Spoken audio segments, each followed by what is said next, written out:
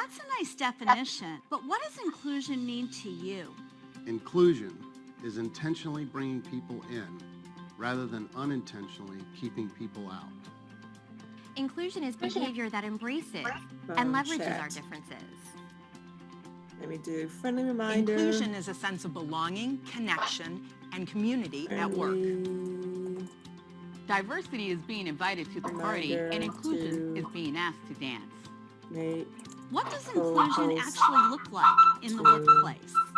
It's seeing people that look like me in senior leadership roles.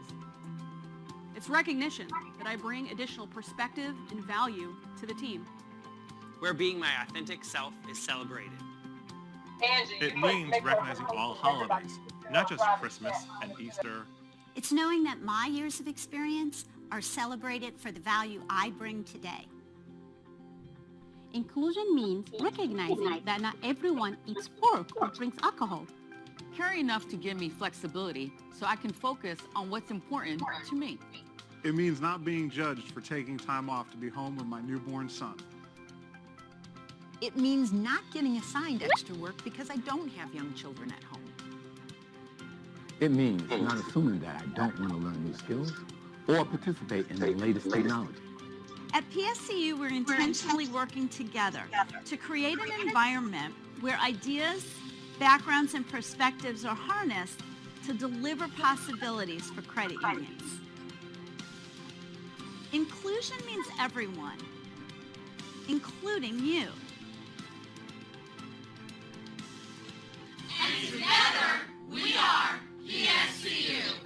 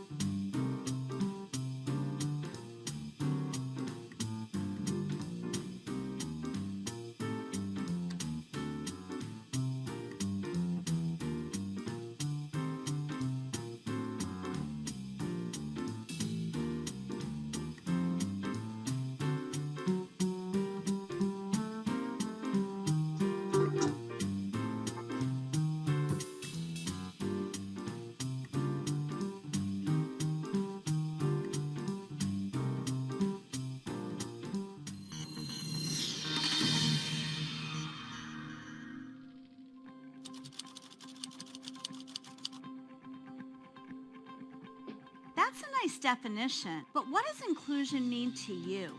Inclusion is intentionally bringing people in rather than unintentionally keeping people out. Inclusion is behavior that embraces and leverages our differences. Inclusion is a sense of belonging, connection, and community at work. Diversity is being invited to the party, and inclusion is being asked to dance.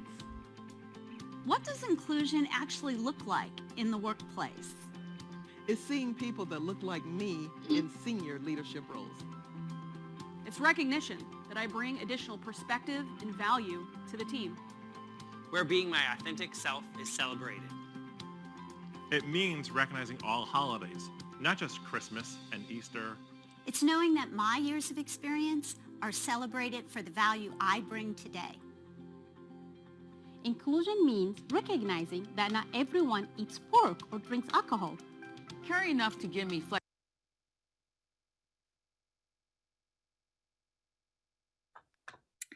Good evening and welcome back to AACUC After Hours.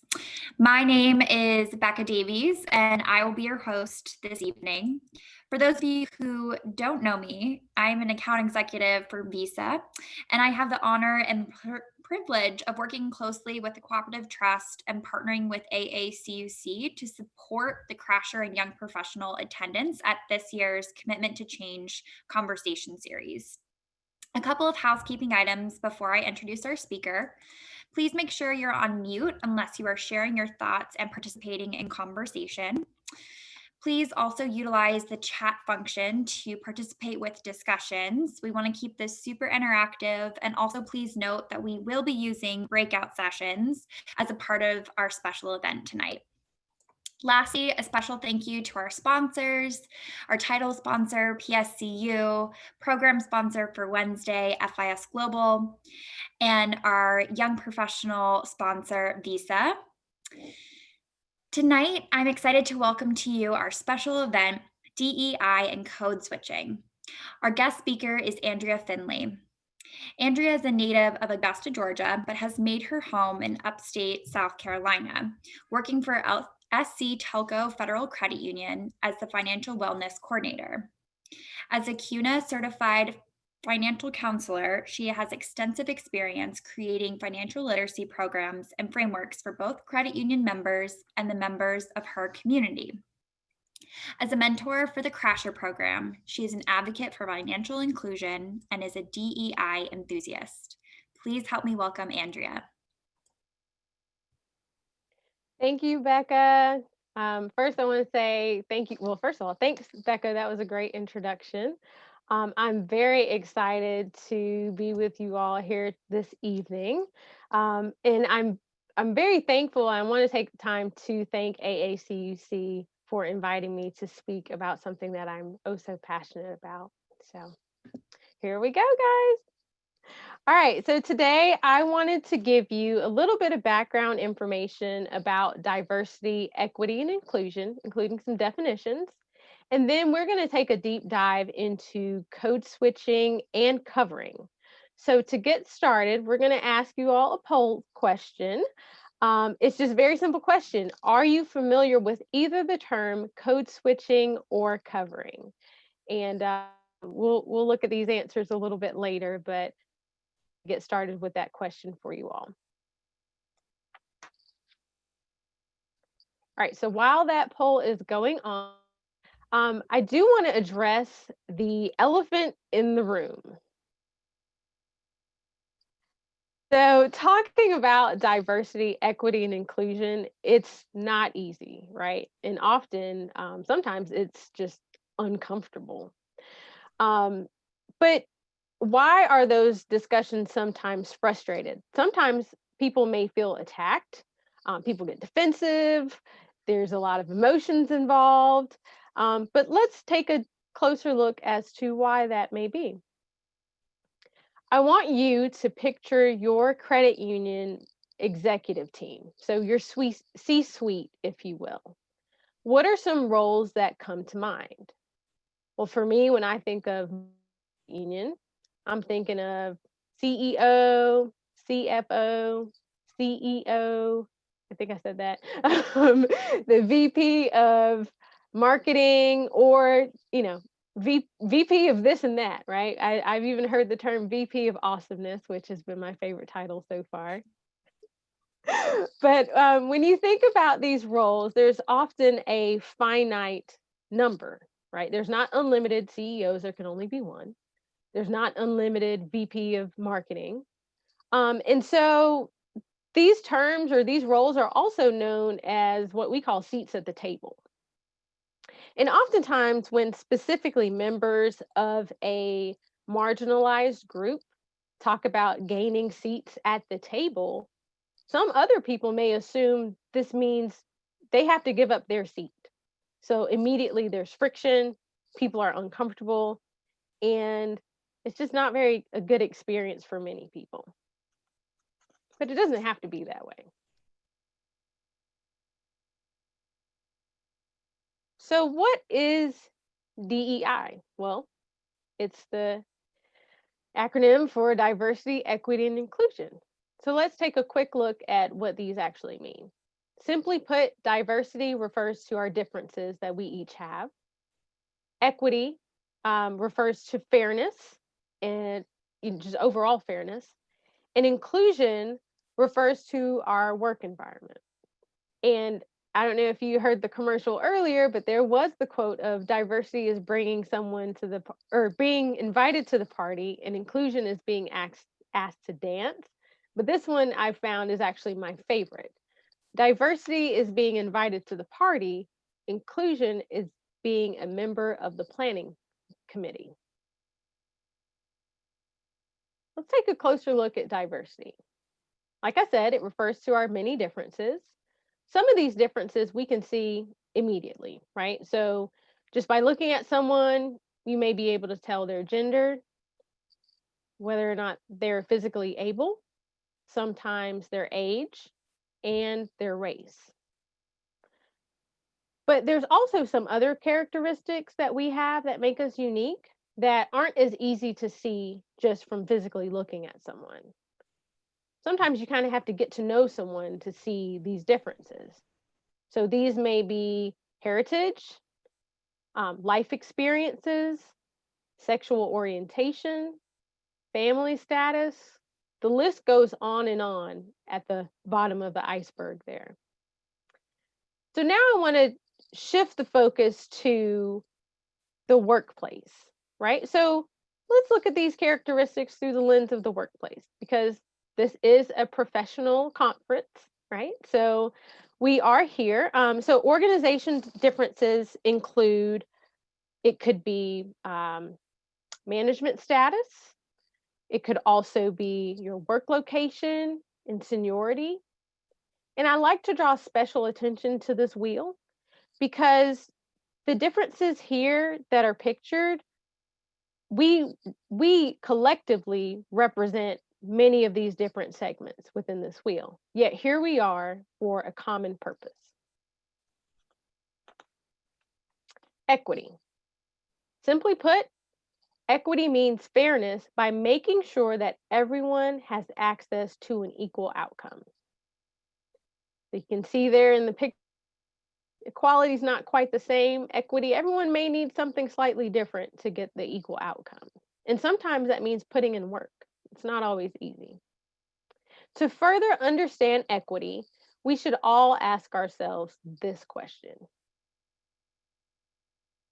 Would my path to success have been easier or harder if I were female, of color, disabled, Muslim, a member of the LGBTQ community, or other? You fill in the blank. Until we can all answer that none of these things have affected our success, then there's still work to be done with DEI. And newsflash, there will always be work to be done with DEI. Diversity, equity, and inclusion is working to take away the competitive advantage that some of us may have over others. To unlock the benefits of diversity, employees with diverse backgrounds must feel included. Inclusion refers to a work environment where everyone can participate, be heard, feel valued, contribute, you name it, right? You have to feel very comfortable. One roadblock to diversity, or excuse me, one roadblock to unlocking the benefits of diversity could be ourselves. Going back to our poll earlier, do you mind sharing the results? All right. Ooh, we're neck and neck. So 55% of you said, yes, you are familiar with either the term code switching or covering, and 45% of you said no, and that's okay. So simply put, those are terms for when we downplay our differences, when we feel insecure, or when we feel like we don't belong.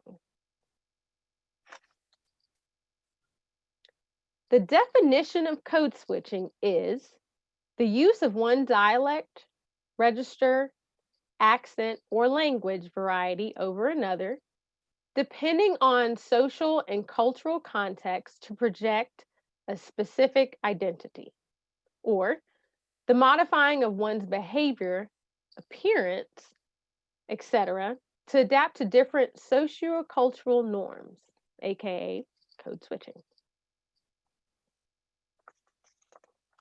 Here's another way of looking at it. Every person belongs to one or more cultures. In the United States, the dominant culture is defined by those who are white, straight, and male. Members of the non-dominant culture often downplay the ways they differ from the dominant culture. Psychologists refer to this behavior as covering. It's actually very commonplace. You can see here by the charts that 61% of people in the workplace engage in some form of covering. And you can take an even closer look to see who the 61% may belong to. How do they identify themselves? Whether they be LGBTQ plus individuals, women of color, women, Hispanics, African Americans, you name it, a lot of people do it.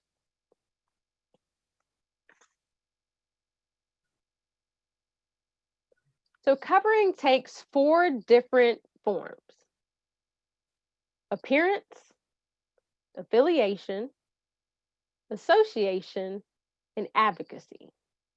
I'm going to break down these 4 types and give examples. And y'all, I'm a storyteller, so be prepared.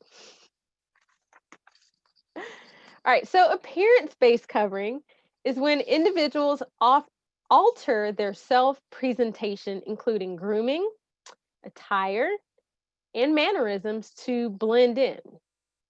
For example, African American women straighten our hair to meet social norms or the expectations at work, right? I remember when I made the grand announcement to my mom that I was going to lock my hair. I'm getting dreadlocks, Mom. And she was not happy. She was actually scared for me. She said, "Are you sure you want to do that? What about your career?" She was really, frankly, worried for me in the future of my career, and would I be stuck where I was? Now, to some people, this may seem ridiculous, but for a lot of us, we know this to be true and a valid concern. You see, it's currently legal, that's right, legal with an L, to discriminate against a person in the workplace and schools because of their natural or protective hairstyle. And this is legal in all states except for just 7. So right now there's currently a bill in Congress, and I saw it in the chat there, about the Crown Act, right? It's called the Crown Act, that calls for making hair discrimination illegal. It's just a bill, it's not a law, we're not there yet. So for some immigrants, appearance-based covering may mean speaking without an accent, right? You don't speak your home language. You definitely try to assimilate as much as possible. For appearance, also for women, including white women, right? In the 1980s, women started adapting fashion that helped them blend into the mainstream, working with men. So shoulder pads came about, and we still use them today. Pantsuits too. That's exactly right. Black men. Oh, I love our black men. But our black men tend to dress very nice. Look around, right? Oftentimes, they're the best dressed person in the room. But why is it? Is it because they love fashion? Maybe. But for many, it's a way to present themselves to the world without being seen as a threat. Sometimes code switching is simply necessary for survival. I remember listening to one of our commitment to change calls through AACUC a few weeks ago and hearing Kevin Martin explain his experience shortly after the death of George Floyd. Because, like many of us, Kevin was working from home, his credit union had adopted a casual dress code. But one day, Kevin had to go into the office. And he shared that he contemplated wearing a suit for his commute and making sure he had his business cards on hand just in case he got pulled over during his commute. He went on to explain that by dressing nicer and showing his business cards that included his title of management, he may have a safer outcome than if he were just his casual self. And by safer outcome, I mean coming home alive.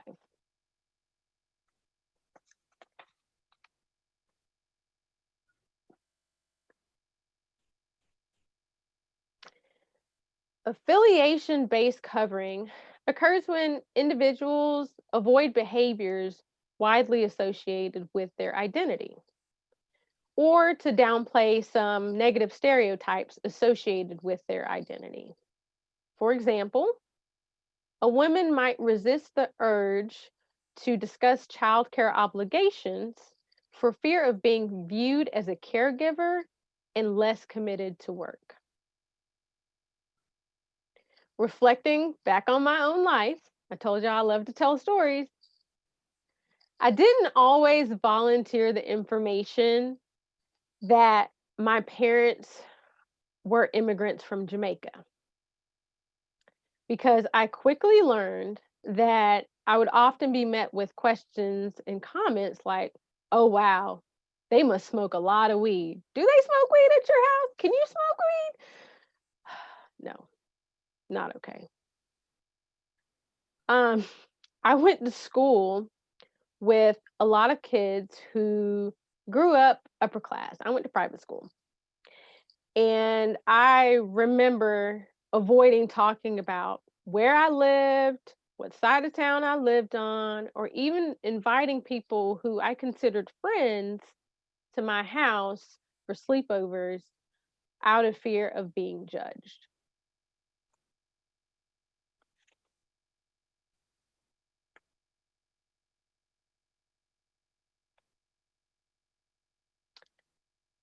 Covering could also be, who you're associated with. Associated-based covering occurs when individuals avoid contact with other group members. For example, a gay person may refrain from bringing his same-sex partner to a work function, so he's not seen as being too gay. Someone may avoid joining cancer groups because they didn't want to draw attention to their medical status, disability, or flexible arrangements. Their employer may avoid giving them longer term or higher profile projects because they assume the person can't handle it. So if you know all of that may be coming down the pipeline, just don't say anything at all. Advocacy-based covering spotlights how much individuals stick up for their group. We all know it's election year, and especially during election years, it is hard not to offend anyone who may be a Republican or a Democrat. As such, you tend to downplay your own beliefs. Thinking back to my parents, before they were granted citizenship, I remember vividly them not speaking out publicly about anything political because of the likelihood of them hearing, well, if you don't like it here, just go back where you came from.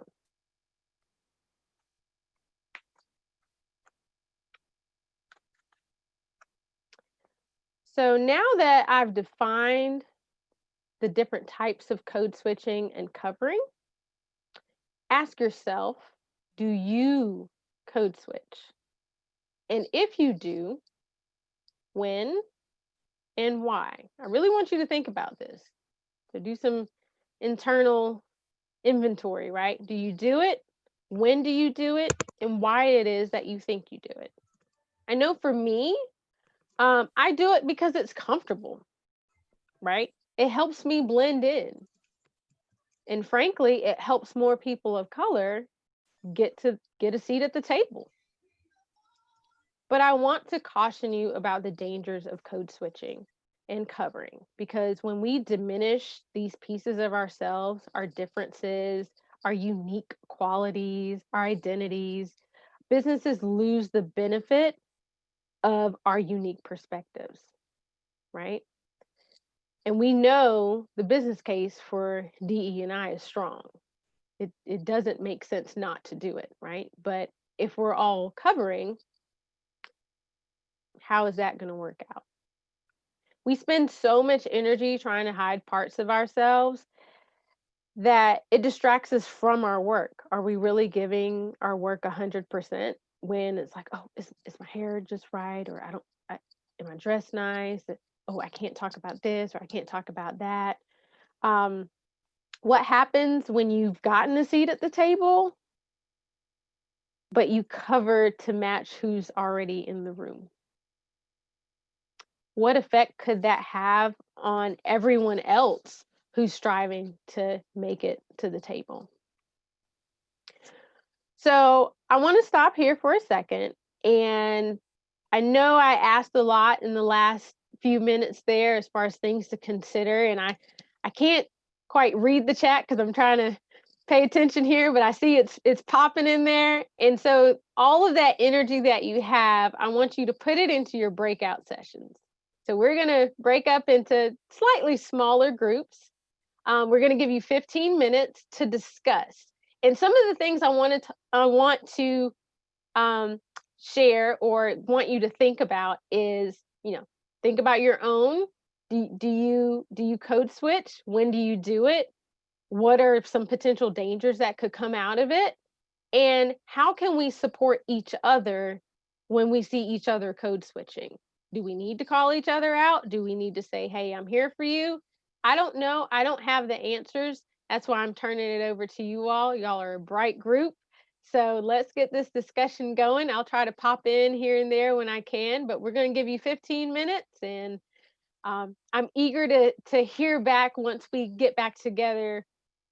I would like someone to share if you don't mind. Thank you.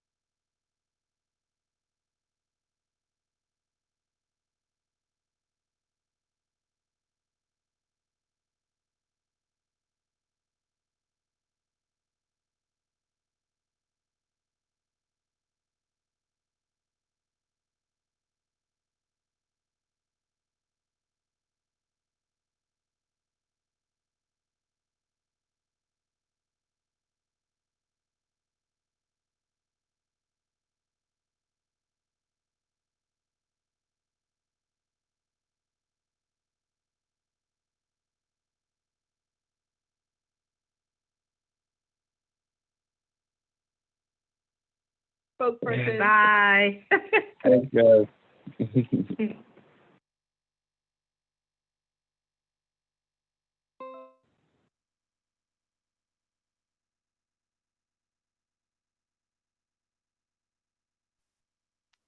All right, welcome back, everyone. So how'd it go? Anybody eager to share? We had a really good discussion in group 2, and someone said they didn't want their breakout session to end, but I would like to open the floor up if anybody wants to unmute themselves, and you can either share or talk about some solutions that you may have come up with, or dangers of code switching. Do you even realize you're code switching? That was a common theme in our group. So we'll anybody jump in to speak? You can go for it. See, what were we group 7, Kevin? I think. Oh, I didn't see a number. Okay. We were group Larry. Yeah. Okay. Yeah.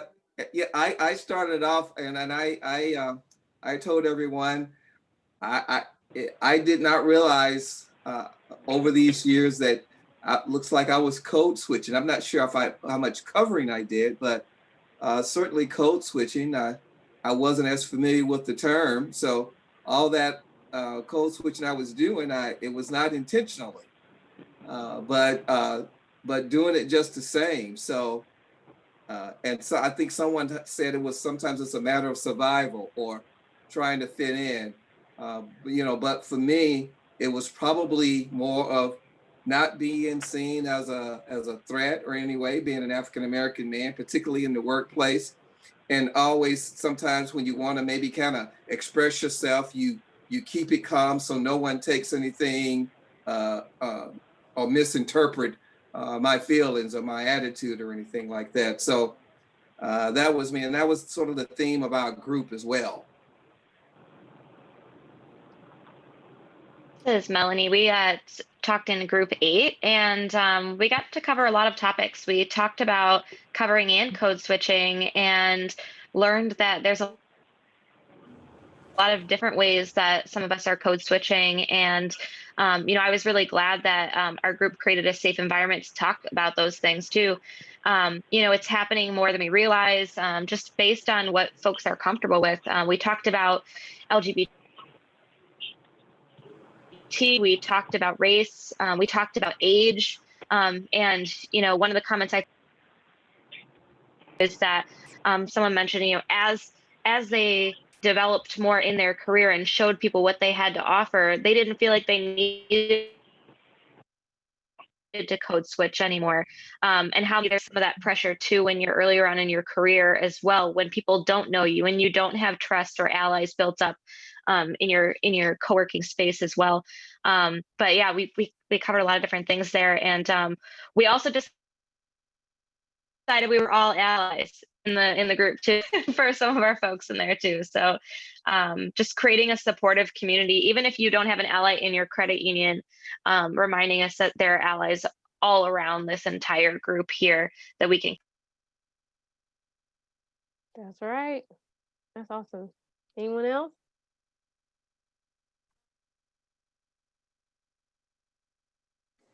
I'll be super fast, Andrea, I promise. But I just want to say, China, you're going to rule the world one day, I promise. Don't let anybody look down on you, girl. You got it. You got it going on. You're going to take over wherever you're at. Thank you. Andrea, I'll chime in. Our group had a really great discussion so quick, we didn't want it to end.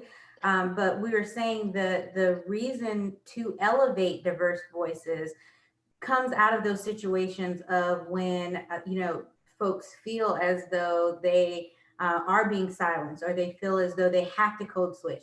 How great is it when we elevate those voices and let folks know in a welcoming atmosphere, and also increasing the amount of colors, ages, races that are invited to the table, then the pressure to code switch actually goes down, because you have more folks that are understanding your perspective. So it doesn't come across as being inauthentic. It actually comes across as being a part of the resource and being a part of a sounding board and actually having a valuable voice. So that's why it is so important to make sure that you have a diverse, like you were saying before, C-suite, so that a lot of those things can get done and folks feel so much more included because there are so many people that look just like them. That's awesome. From group 3, we also, I think we could have gone on. There's just so much wisdom that was shared in our group. One thing that I was shared was just that code switching can be mentally and emotionally draining, but the experiences we have code switching helps us to also build connections and really contribute to our groups. And those are real leadership characteristics. And perhaps also there's benefit to maybe all leaders adopting some level of code switching where we are centering, trying to connect with other folks and to understand the different experiences.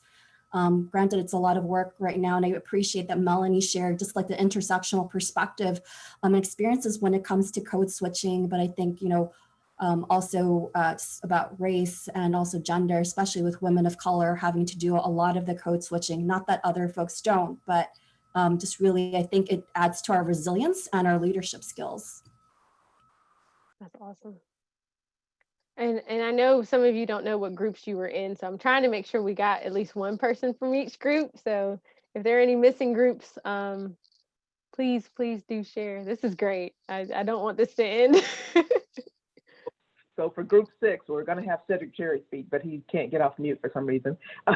So we were talking about, we had a question actually, if there were any majority, minority credit unions as part of this group, and do you find yourself code switching? Ooh, good question. Because we talked about even that kind of fine line between code switching and professionalism, and also just the ability to that comfort level with someone. So if I'm with a friend or I'm with a department, no matter what denomination or anything else is going on, I'm going to speak more familiar versus I'm going to go formal if it's with someone I don't know, I'm not comfortable with, an audience. As Cedric said, better safe than sorry, because we don't know the audience. But we did have that question if anyone is in a majority African American or Hispanic credit union, and do they find themselves code switching there? So my name is Adrian Johnson, and I am in a majority minority institution. So I work for MEQ Credit Union in Baltimore, Maryland. So we're a $1.3 billion organization. And I've been there 23 years, and I've been in a position for 10. And of course, I've seen that the evolution from more white folks and now to more Black folks. And so as I was saying in our group earlier, I didn't know what covering and code switching was, but no, I've never found myself doing that. And I've just been real. People react to me differently because I talk differently as a Black man in their eyes. But that's because where I was raised. And so it wasn't anything I was trying to do on purpose. It's just me. And so I would say no to that question. And then of course I'm old now, so and so that doesn't matter to me, And so, but throughout my career, I've had people that talk to me on the phone, and then when they see me, it's like that can't be the guy, And so, so you just keep it moving. Oh, the other thing I wanted to bring up, because we had somebody in our group who, really stressed out over this thing or causes some anxiety. Seek some help. If you need a third party or a therapist or somebody who's can talk on the subject that you're having stress and anxiety about, you need an unbiased, honest dialogue with that person, and because it's a mindset. And so, if you're a young person, you got a lot of years of work. That's a lot to deal with, and so you want to get that out as soon as you can. Thank you. I saw in the chat there's the topic of professionalism and who defines it.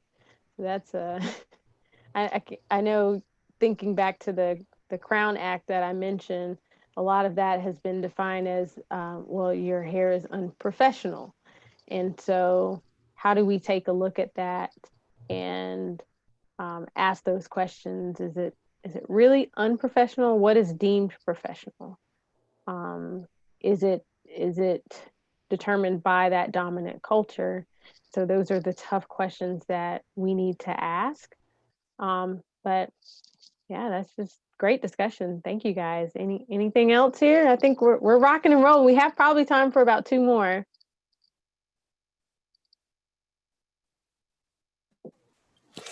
This conversation, I've just been listening and thinking, because there's a lot to think about here. And so as I'm reading down the list of, different ways that we might cover, right? And I'm looking at these and I'm saying appearance, affiliation, association, advocacy, and saying, well, the only one that I really identify with maybe on a regular basis is advocacy, and just realizing how that speaks to privilege, that there's only one area of that I might identify with, in particular on a regular basis, which is not to say that perhaps it doesn't happen in some ways, but just to recognize that, like, I think white people have a responsibility to look around the room and understand that, like, hey, if there's a room full of people that look just like us, there are people in that room who don't look like us, who aren't from the same culture, whatever that might be, who don't hold the institutional power, maybe is a better way to say it. That's when we have to step up and be advocates. So I think it was just listening to these stories and then realizing, yeah, I don't have these experiences. Why is that? It's just a reminder that there's a lot of work to do there. There's a lot of work.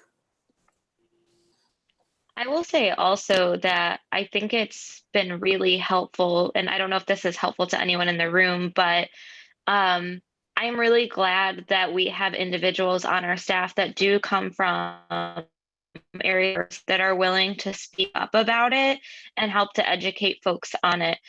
Because, maybe it's a little bit easier now that these conversations are always happening, but when the hair conversation was hard and that wasn't something that was commonplace, and we didn't have a Crown Act, and we didn't have different things going on where people didn't realize that was unprofessional. And this happened before I was even there, but that those folks said, hey, you might not realize it, but here's how this comes off. We just started a DEI team, and we had someone talked about a CEO in one of our groups that maybe the CEO at that credit union was kind of slow to act after the George Floyd and the other incidents that came. And, we had something similar at first, was just, hey, we just want to figure out how to respond. And we had individuals from that community be able to speak up and say, here's why acting now is important. It doesn't have to be perfect. You just need to do it. And so I just want to encourage folks in the room that, folks need the learning experience too, and to it, not covering that up. Thank you. I'm curious, is the ultimate goal to just, eliminate code switching completely? Because I feel like there's different levels of code switching, and some of them can, kind of very closely correlate to using tact or speaking tactically when you're having conversations. Where do we draw those lines? One of the conversations we had in our group was talking about, it's important for you to, just to say it plainly, keep it real. Well, the real me has variations too. And I can't give you 100% all the time. Sometimes you need 80, sometimes you need 90, sometimes you need 1 because you don't understand. But I would like to hear, if anyone has an opinion on, the levels of code switching. Hey, Davon. I'd say this. I don't know that it's something that's ever going to go away. And I did see somebody kind of type that in there a little bit ago, that I don't know that, because people are going to bring their insecurities, and your insecurities do make you shut down at times. So I think there's that level of code switching where it's like your own personal insecurity that just kind of keeps you from going that. But I know for me, I was completely unaware, and my group kind of heard a little bit about it a second ago, but I was completely unaware coming into GAC this year that that people of color dealt with half the things that they deal with.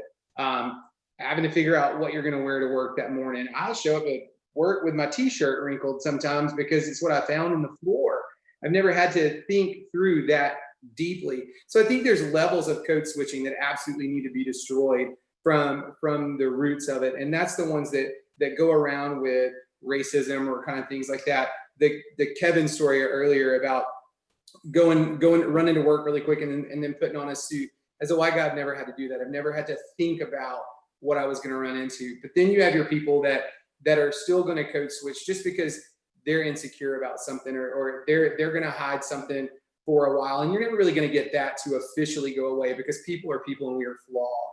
But the truth is, when it comes to making a decision about someone over something they cannot change, like their skin color, like their origin of birth or any kind of thing like that, that's the kind of code switching that has got to just be completely eliminated at the roots. And it starts, and I said this in my last group, and I will hurry, I promise. I talk a lot, I apologize.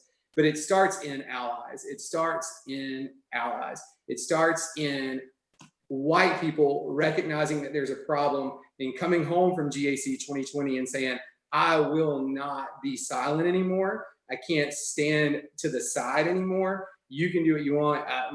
I posted a Black Lives Matter status a little bit after George Floyd situation happened, and my dad still hasn't spoken to me since I posted that status.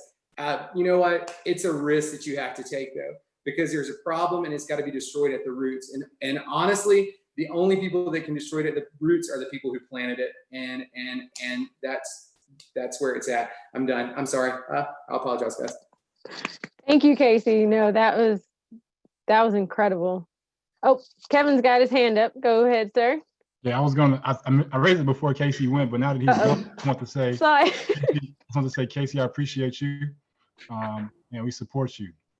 I was going to just mention in our group, we talked about how important representation is, right? So at various levels of society, at various levels of our companies, and when you are at a place of influence, being yourself, challenging the status quo, decreasing the code switching, right?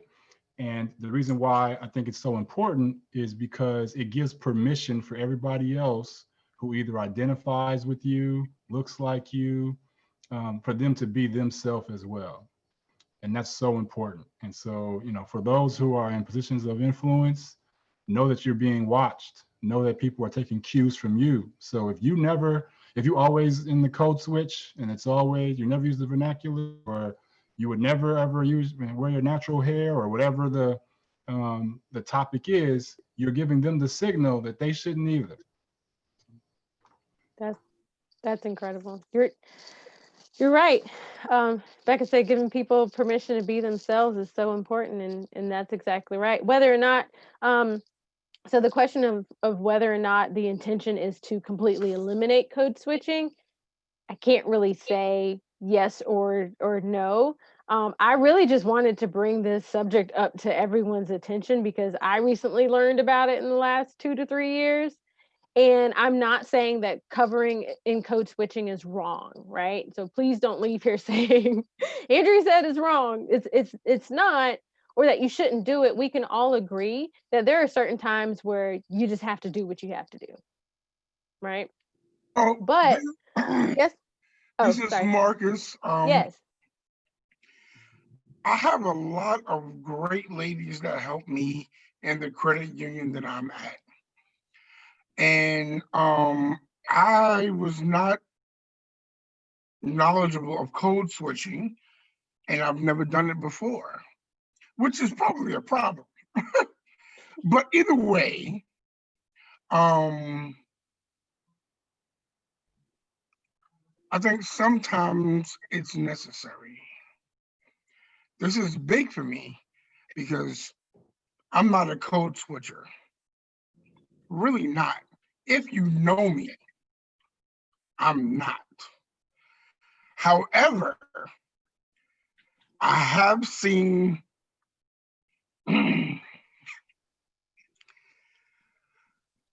things that Maurice Smith has done that probably would not have been done if you were not willing to do that.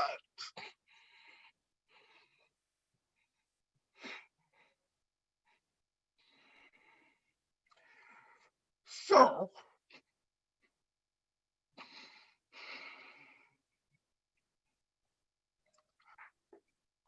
I'm considering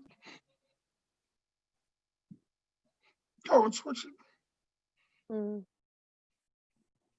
Thank you for sharing, Marcus. And you're right. Sometimes it is necessary. Think about all the pioneers that have come before us. Someone had to lay that brick, and it might have had to have some code switching involved. But as we discussed, you know, as the table changes, as representation comes, then the need to code switch is less and less. So the ultimate goal is for everyone to be able to bring their true authentic selves, and so everyone can benefit from DEI. That is my time. I'm going to hand it over to Becca. Thank you guys so much for joining me. I know it's late, but thanks for hanging in there anyway, and hopefully continue this conversation as you go on. Thank you guys. Good. Very good. Thanks, Andrea, so much. And thank you all. It's been an excellent session. I've learned so much. I hope you all have too. And hope you all have a great night. Tomorrow, the general session is Road to Financial Equity, and it will start at 3 p.m. Eastern. See you then, and hope everyone has a great night. Thanks, everyone. Thank you. Bye. Thanks, Becca.